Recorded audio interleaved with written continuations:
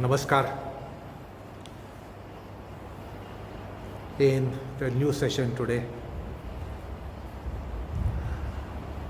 I want to respond to certain queries and certain kind of not necessarily doubts or questions, but some inquisitiveness as well. And I welcome that. We have been discussing on the meditation aspect. And let me remind you, I often said that meditation is not Dhyana. The meditation that we were discussing was an aspect of Dhyana. Dhyana is a wider concept. We tend to equate Dhyana with meditation and meditation with Dhyana, which is not proper. So, the meditation that we were discussing, it was with reference to Guruji's mention that his practice was a dynamic meditation. And dynamic meditation is one of the prerequisites of meditative practices. You need to have dynamic meditation where the higher faculty functions of the brain have to come in. Now in the business activity of life, we don't need them. We just need to have perception, we need to have cognitions, we need to have memories, we need to have some imaginations, we need to have some analysis, logic, reasoning. So this is what we need in the business activity of life. But human brain has been endowed with functions, higher faculty functions, which we don't need in our normal man's normal walk of life. However, that is there. And meditation, as I said, it's a psychological term, it's a psycho-mental act. And therefore, it deals with thought, thinking, which we saw that during a couple of sessions. But today, what I want to say is that, once again I repeat, do not confuse between Dhyana and meditation. In our world, there has been a lot of messing up with terminologies, lot of messing up with the words. Then also the need of translating the words into English. This is the need of the hour. 100, 200, 300 years back, it was not necessary to translate everything into English. But today it is very necessary to use English, make expressions in English, communicate in English. Therefore, we have to take this care. Now, this meditation that we spoke of and which Guruji said that in his practices are dynamic meditative practices, you should know that it was Guruji's hierarchy. You and me really not have gone, and we have not really felt the need of meditation while we are in Shirshasana, Sarvangasana, Halasana, Urdhva Dhanurasana, Trikonasana. And today the meditation word has come into consumer market, and meditation is just something where one seeks for relaxation, distension. Because in our world we are under a lot of stress,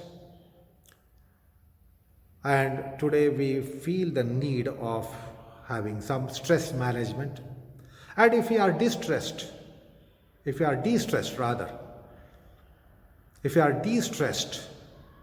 by some measures taken, and the mind is quiet, the mind is serene, we tend to say that it was meditation. So meditation has one connotation in consumer realm. Meditation has another connotation in philosophical realm or philosopher's realm. Sometimes when the philosophers speak of meditation, it's a different realm. They want some transcendence.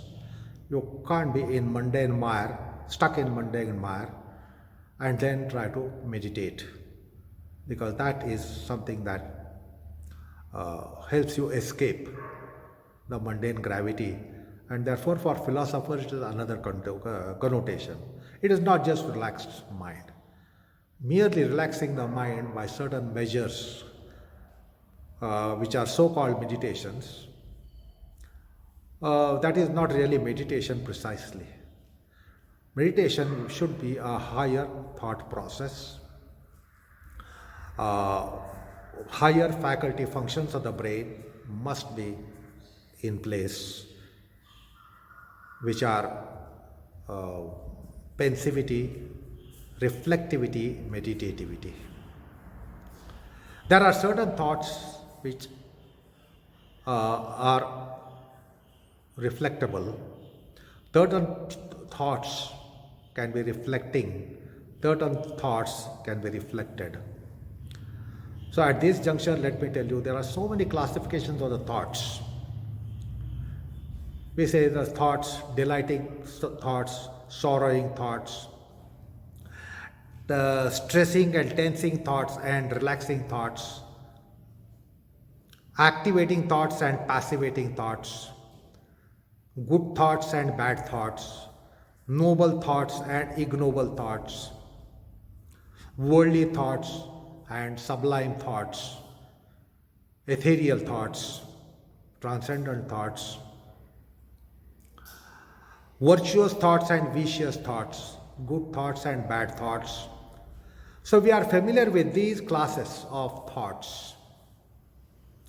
So as a student here, since we are trying to get education in the subject of yoga, I would like to take a piece of paper and try to jot down these various classes of thoughts with which you are familiar: good thought, bad thought, noble thought, ignoble thought, activating thought, passivating thought, delighting thought, sorrowing thought. So certain thoughts are philosophical thought, they have philosophical potential, they are philosophical material. Those thoughts can be reflected, those thoughts can be reflecting.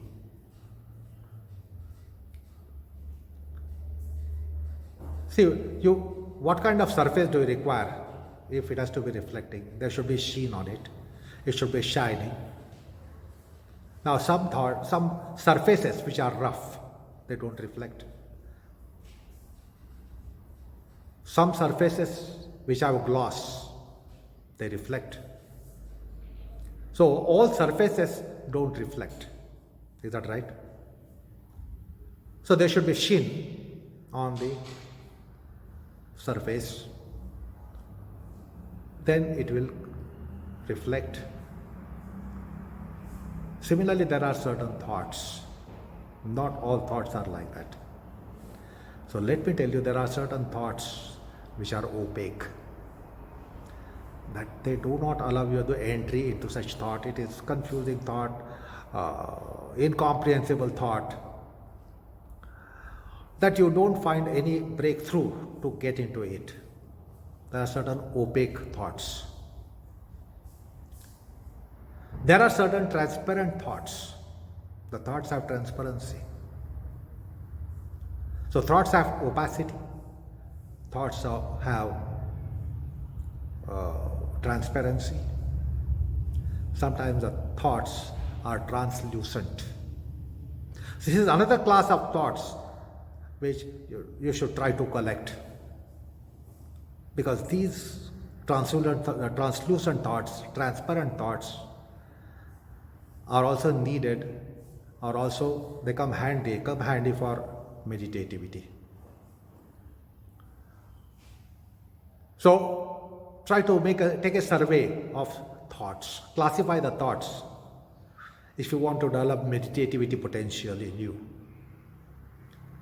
Certain thoughts make you pensive, certain thoughts make you reflective, certain thoughts make you meditative. So we must have a sufficient baggage of such thoughts for meditation and meditativity. Because literally the word meditation, meditativity implies these kinds of thoughts: reflection worthy, reflectable, rather than refractable. Some thoughts are refractable. But anyway, you will understand that this meditation is not common man's cup of tea. It is not cup of tea of you and me. No doubt about it. There is no doubt about it. Basically, we don't need this in business of life activity, our worldly activity, mundane activity. There is no requisition for it even. Then why will we collect it? But in case if you are philosophical minded, student of philosophy, student of yoga, you must feel the need of such thoughts, and then you must collect such thoughts. Like if you take reading of a text such as Bhagavad Gita, Upanishads, you will have a lot of matter where reflection is needed. If you read a newspaper, you don't need reflection. If you read a novel, fiction, you don't need that. But some poetry, some poems make you philosophical. That is because of the content of the poem. The content of the literature is so important. That is, the thought, material, is so important. Anyway, the point is, the meditation is not a cup of tea for you and me and the commoners. But as student of yoga, we do need it. Now let me come to this point. I, as repeatedly said, Dhyana is not meditation. Now we understand for meditation we require qualification. We must have repository of certain thoughts which are philosophical in nature, philosophical in substance. The material of the thought is philosophical. So it's a qualification. Unless we have such thoughts, and unless we have developed some higher faculties of the brain, we will not be able to meditate. So it needs qualification. There is no doubt about it. But we are messing up with that meditation with yoga today and with Dhyana. Now let me come to the moot point here. Yoga speaks of Dhyana. And again I say, the meditation that we spoke about, thought, thinker, thinking, the triad, the trisection of the three, then the rotation of the three, etc. That is one aspect of Dhyana. There are other facets, factors, aspects of Dhyana. So Dhyana is a wider concept. So today we are going to commence little discussion on Dhyana to remove the confusion between meditation and Dhyana. Because Guruji, when he said, my practice was dynamic meditation, of course it was his hierarchy. Now all of us, none of us are on his hierarchy to say that our practices are also dynamic meditation. So it's a qualification. If I may say so, BKS qualification. If that qualification is there, then our asanas also will become dynamic meditation. So that's a qualification. We have to attain that qualification, caliber. However, for Dhyana, being a wider concept, we will try to understand the so many factors and facets of Dhyana, and there are certain dhyanas, basic dhyanas, fundamental dhyanas, which need no qualification whatsoever. Absolutely no qualification whatsoever. They do not need higher faculty functions of the brain. Normal faculty functions of the brain, it is enough. Why? You don't even need normal. You can be subnormal. Even dhyana comes for a subnormal mind. Where is the question of qualification? So, Patanjali in his treatise has spoken about dhyana of three classes in three places, coming for three calibrations, coming for three calibers. And one of such caliber is that you don't need any caliber. Dhyana is for one and all. Now, dhyana is a multifaceted terminology, multifaceted term. One of the facets is to be dwelling on philosophical matters which we saw earlier. So that needs qualification, that needs caliber. So we are not going to consider that at this juncture. Let us try to consider Patanjali's scheme of dhyana. And dhyana comes in so many different ways. Those who are familiar with certain strotas, the stotra, which is eulogy to personal deity for worship purpose. If you want to worship your personal deity, there are stotras. One of the very familiar to most of the Indians is Rama Raksha Stotram.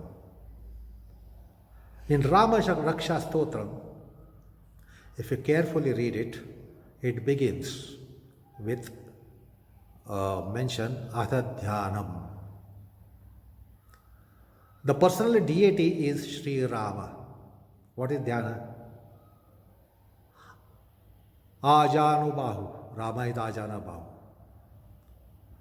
So if you recite Rama Raksha, you will come to a passage right quite in the beginning itself.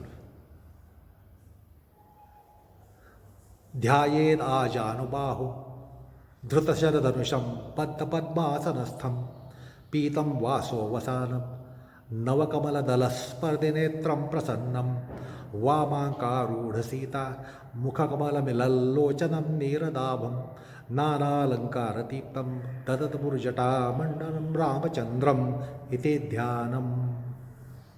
That is dhyana. We just chant it and recite it like other part of the Rama Raksha. We just chant it.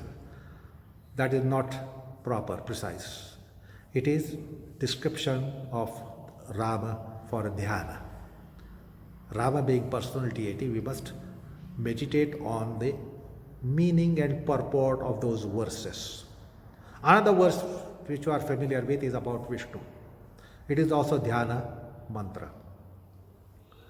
Shantakaram Bhujagashayanam Padmanabham Suresham Vishwadharam Gaganasadrusham Meghavarnam Shubhangam Lakshmi Kantam Kamalanayanam Yogirbhirdhyana Gamyam. Then you will get dhyana mantra in Vishnu Sahasranama. You will get dhyana mantra in Rudra Prashna. So every deity, when there is a stotra, there is a dhyana.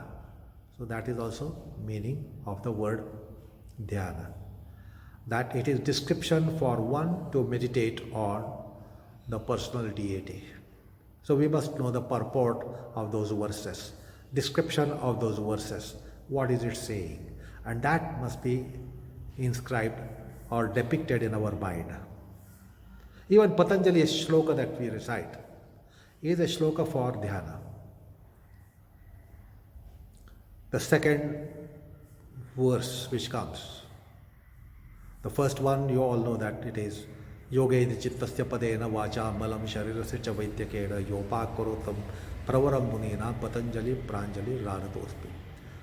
Then Abahu Purushakaram. It's a depiction of the figure. Abahu Purushakaram Shankha Chakrasi Dharinam Sahasra Shirasam Shvetam Pranamami Patanjalim. So that is Dhyana Shloka. That is the configuration of Patanjali that must be depicted in our mind, and we must meditate on that form which is described by the verses. This is implied in that shloka. So you will, that is also meaning of dhyana. It starts with Atad Dhyana and then ends with Iti Dhyana. So look into various stotras of Ganapati, Dattatreya, Shiva, Shakti, Lakshmi. You will get these shlokas for dhyana. That is one meaning, that the figuration of the personal deity must be depicted in the mind, and that must be your focus of your attention when you draw your mind internally. That's one meaning of the dhyana, to just get the mind inside. Now let's come to another meaning of the dhyana which Patanjali mentions. He mentions dhyana when the mind is subnormal, disturbed, below stasis, vexed, agonized, tormented, in fear, trauma, etc. Now traditionally we have been given instruction which has come from time immemorial. So you can't call that mind as meditative mind.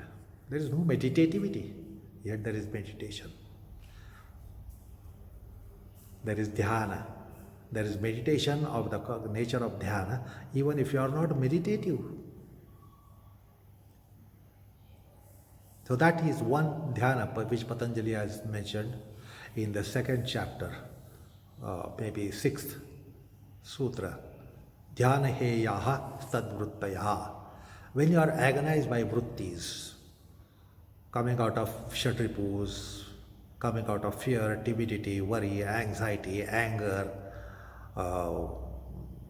various negative states of mind, we just should take recourse to name of the personal deity. Even if you are not meditative, it is dhyana. In the sense, it is meditation. Without being meditative, it is meditation. So actually you are not qualified, you are disqualified, you are underqualified. Yet you can be doing that dhyana, and you are supposed to be doing that dhyana. Now why there is a mention in the science or shastra of yoga that you don't require calibration, yet you can be doing dhyana? For this you will have to understand our embodiment. See, for your corporeal body, whether you like it or you don't like it, you say, I must take it. This is protein form and it is needed for muscles, whether you like it or not. This is good for skin, you eat it. This is good for muscles, you eat it. This is good for bone, you eat it. This is good for blood, you eat it. There are supplementaries, iron, vitamins, proteins, calcium. It's not that you like them. Although you don't like, you take them. Why? Because your body matter needs it. Corporeal body matter needs. Because that will be nutrition to skin, flesh, muscles, bones, tissues, cells, fiber, blood cells, corpuscular particles. The body matter, you need it, and therefore you take it. Similarly, there are certain aspects in the esoterics of anatomy and physiology. Dhyana is needed. In the sense, Japa. Japa is needed for some aspect of our body and mind, which the exoteric anatomy, physiology, psychology doesn't know. But the esoteric anatomy, physiology, psychology says that Japa is needed. It needs it. Just as heart needs, you take it. Liver needs, you take it. If liver needs, you say it is your need. If the heart needs, you say it is your need. If the blood needs, you say it is your need. There are certain unidentified aspects by exoteric physiology, psychology. They identify that and they say they need japa. Sukshma Sharira, that is called astral body, or that is called electronic body, it needs it. So japa is a must. Whether you are yogi or not yogi, whether you are practitioner of yoga or not practicing yoga, just as everyone needs proteins and vitamins and all those nutritions, whether you are strong or weak, whether you are in physical culture or intellectual culture in your life, mental culture in your life, whether you are a wrestler or a painter, you need it. And we take it. Similarly, in the subtle body aspects, what is called Sukshma Sharira, astral body, electronic body, it needs japa. Therefore, everyone should take recourse to japa. Japa will do everything for that body, subtle body. Just as gross body needs bath, sleep, rest, exercise, activity, food, respite, recreation. Try to make a list what your gross body and mind needs. From food to sleep to activity to respite to recreation. Just make a list of all that. Then you will understand the body and mind need so many things. What recreates doesn't give you nutrition. What gives nutrition doesn't give you recreation. So, the gross body, gross mind need enormous variety of things for their purpose, rest to exercise, activity to passivity, nourishment to purification, bath to excretion. The gross body needs, all of you know that you need a toilet, you need a bathroom. In bathroom you take bath. In toilet you have excretion. All that gross body needs, it is an enormous list, it's a long list. You all know it and you are all adhering to it, you are catering it. All those needs are there for subtle body as well. All those needs, absolutely all those needs. They also need food, they need nutrition, they need relaxation, they need activity, they need bath, they need excretion, they need exercise, they need everything. All that gross body needs. But all that is catered by one single means. The japa is its bath, japa is its exercise, japa is its rest, japa is its recovery, japa is its recreation. It may not be your recreation, it is its recreation. It may not be rest to you, it is rest to it. You don't sleep, it sleeps. Although many times when people get engaged in japa, they go to sleep. Early morning practices, they take a japa mala and they go on doing japa, and then soon they will be sleeping. So sometimes the gross body also sleeps by japa, but that is not implied, that is not expected. It is the astral body, the electronic body, the subtle body which needs to have all that.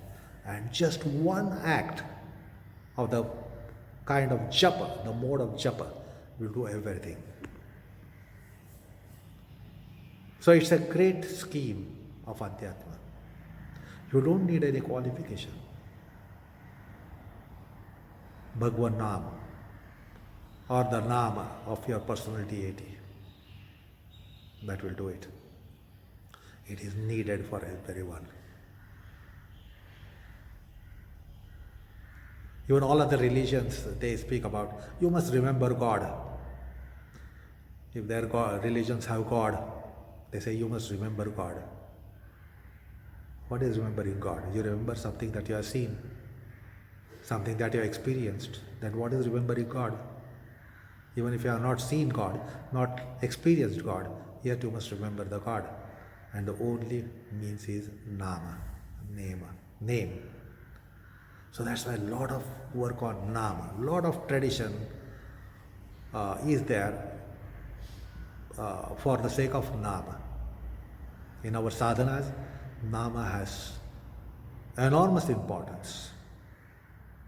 It is because we can take recourse to japa, which is dhyana. So that is dhyana.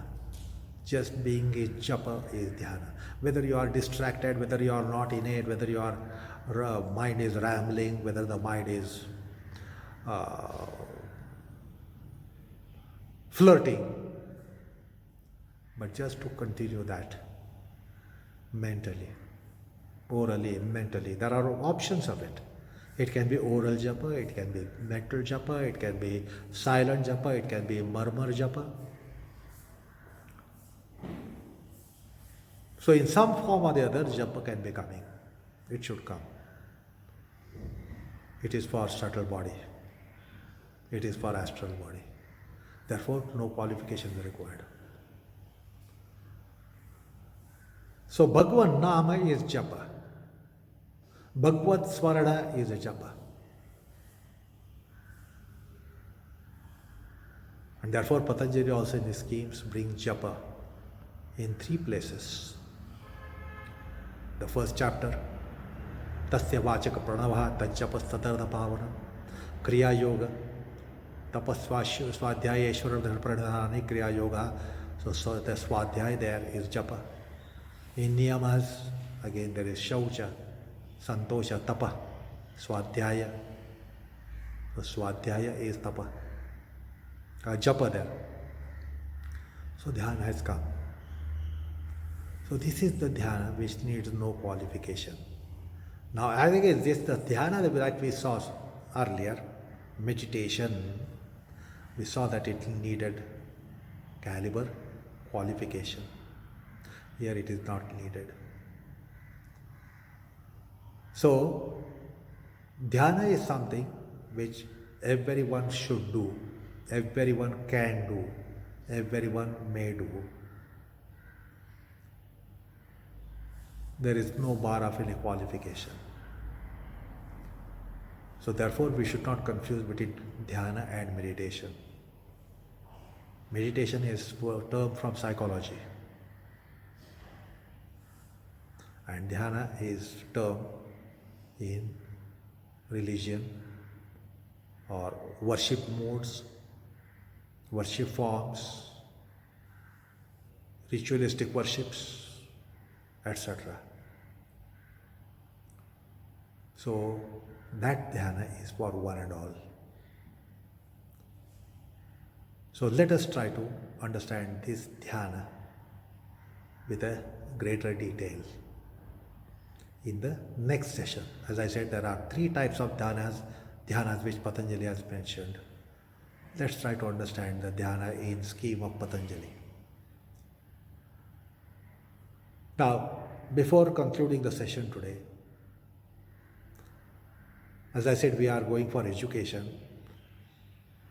I got a kind of inquisitiveness from some of the listeners and the watchers. This disillusionment is our most important thing that we are trying to do out of this education. Now, all of you know what is yoga, the second aphorism of Yoga Sutra.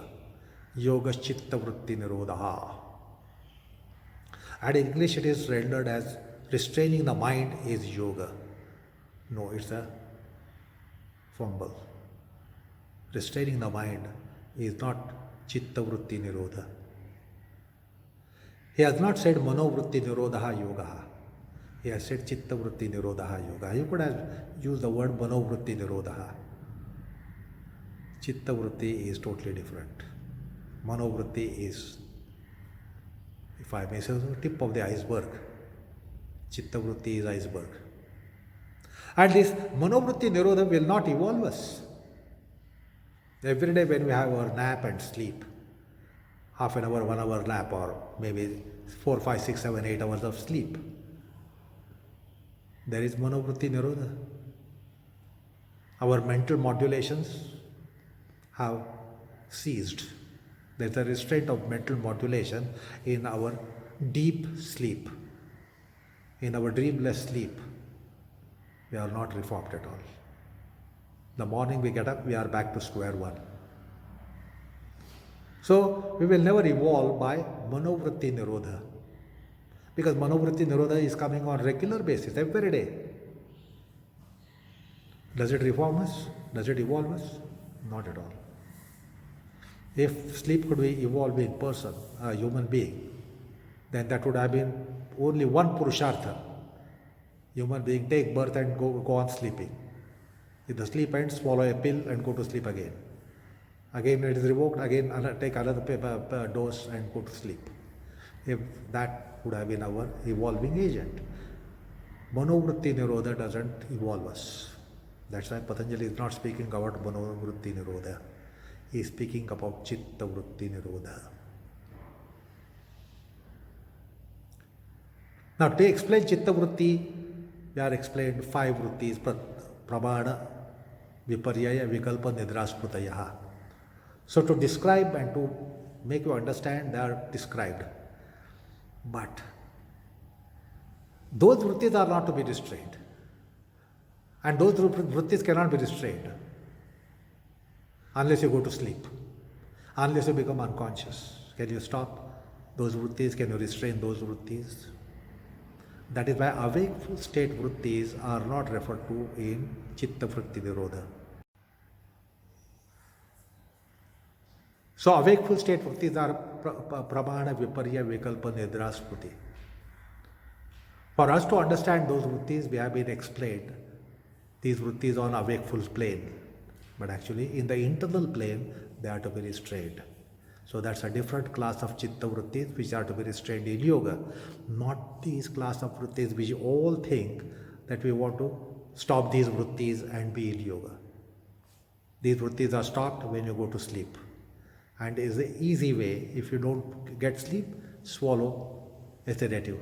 Swallow, take a pill, you will go to sleep. If you go to sleep, these vrittis will be stopped. Why do you need Abhyas Vairagya? So therefore, Chitta vritti nirodha and Manovritti nirodha should not be confused. So sometimes we'll have to see what is Chitta, how it is distinct to mind. What is Manovritti, what is Chitta vritti, what is Manas, what is Chitta. So in our education, we'll have to also develop some clarity with regards to this. So enough for the day. Namaskar. A couple of questions. Can you summarize the physics of thought process again? Physics? You mentioned transparent, translucent, and opaque thoughts. It was interesting, but can you just summarize it once? Yes, the question is about the mention that I made. There are so many vrittis, so many thoughts. Some thoughts are opaque. That means you can't really penetrate the thought at all. Something which is agnostic to you. Something very agnostic to you, which you can't find any breakthrough to get into the thought. So it's a locked thought for you. There's a lock. You cannot open the lock, unlock it and get into the thought. So agnostic matters. There are certain agnostic matters to our intelligence that they are closed doors for us. So we can't cut through them. We can't see through them. Absolutely nil. That's why they are opaque thoughts. So this happens when we counter agnostic thoughts. While there are certain thoughts which are transparent thoughts, where you can see through. The thought is simple to our intelligence, simple to our caliber. So it's almost transparent, and we can also get conviction about what is his thought, what the thought is about. What is the matter of the thought? Why the thought? What is the purpose of the thought? So this is all very transparent because you can see through. So some thoughts are transparent where your intelligence can penetrate, can see through, not only penetrate, see through and penetrate. So those are transparent thoughts. Now some thoughts are reflecting thoughts. Like some surfaces are reflecting where there is a sheen on it and therefore you get the reflection. A stainless steel plate. If you hold it in front of your face, you will see your reflection. It casts a reflection. So there are certain thoughts which reflect and then re-reflect, then re-reflect. Like if we keep two mirrors in front of each other, both the mirrors will cast endless reflections into each other. Both the mirrors will be of the caliber of the status of reflector and reflection, reflected and reflecting. So both the mirrors will be reflecting and reflected, and you will get endless reflections because of the surface. Two mirrors in front of each other. If you hold the mirror in front of your face will be reflected. Your mirror will not be reflected in your face, because our face is not a mirror. So our face will not take reflections, it will cast reflections. Mirror will show reflections. So there are certain thoughts which are reflecting thoughts. That means you become pensive, you become inwardly, you become very, very thoughtful, you say. Thought-provoking something, then you become thoughtful, you say. When you become thoughtful, you become pensive and then reflective. So there are certain thoughts which are reflective thoughts, which can reflect, which can be reflecting, which are reflections of your own mind. Some thoughts reflect your own mind. So there are certain thoughts, and those thoughts are required for meditativity rather than opaque thought. There are certain translucent thoughts, transparent, translucent, opaque. Then reflecting. So these are various kinds of thoughts. And as students of yoga, I think you should go for a study, a survey, and try to identify these kinds of thoughts. Because for meditativity, you require not an opaque thought. It will never work. Not a transparent thought. It won't work. You should take reflection and give reflection. Then only it will work. That's the kind of thought. Last question. Yeah. You, in the context of Dhyana, you mentioned, you gave an example of Ramaraksha. Later, you also said it's a personal deity. So this goes beyond isms or religions, is it not? We have a global audience. Yeah, personal deity is not a universal concept. It doesn't come in religion. Basically, we are confusing again, which I gave the classification dharma and religion. All religion, the religion is not dharma, dharma is not religion. In our dharma, we have personal deity. Like anyone has a personal icon. Now, if the personal icon is reverential, it's a different kind of interaction or the function of the mind for an icon. Because whether you are profane or whether you are from this faith or that faith or any faith, you will have an icon. Now that icon should be revered, reverential icon. Now suppose somebody is reverential icon to you. What is your thought with regards to that reverential icon? So that is something like personal deity. The personal deity is like a reverential icon for a mind, an individual mind. So we have a concept of personal deity. The personal deity within family also will change. If there are 10 people in family, 10 people might have 10 personal deities. This is allowed. Because who someone will love cannot be regularized that way. So that's why we have n number of personal deities and we have freedom, and therefore we can have our mind connected to personal deity easily than the deity which is not a personal deity.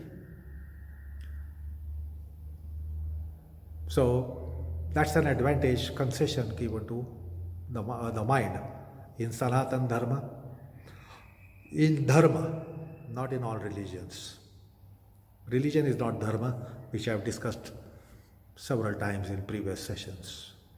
That's the personal deity, which is a great concession given to the mind. Those in Sanatan Dharma, those are in Dharma. Hope this is clear for you.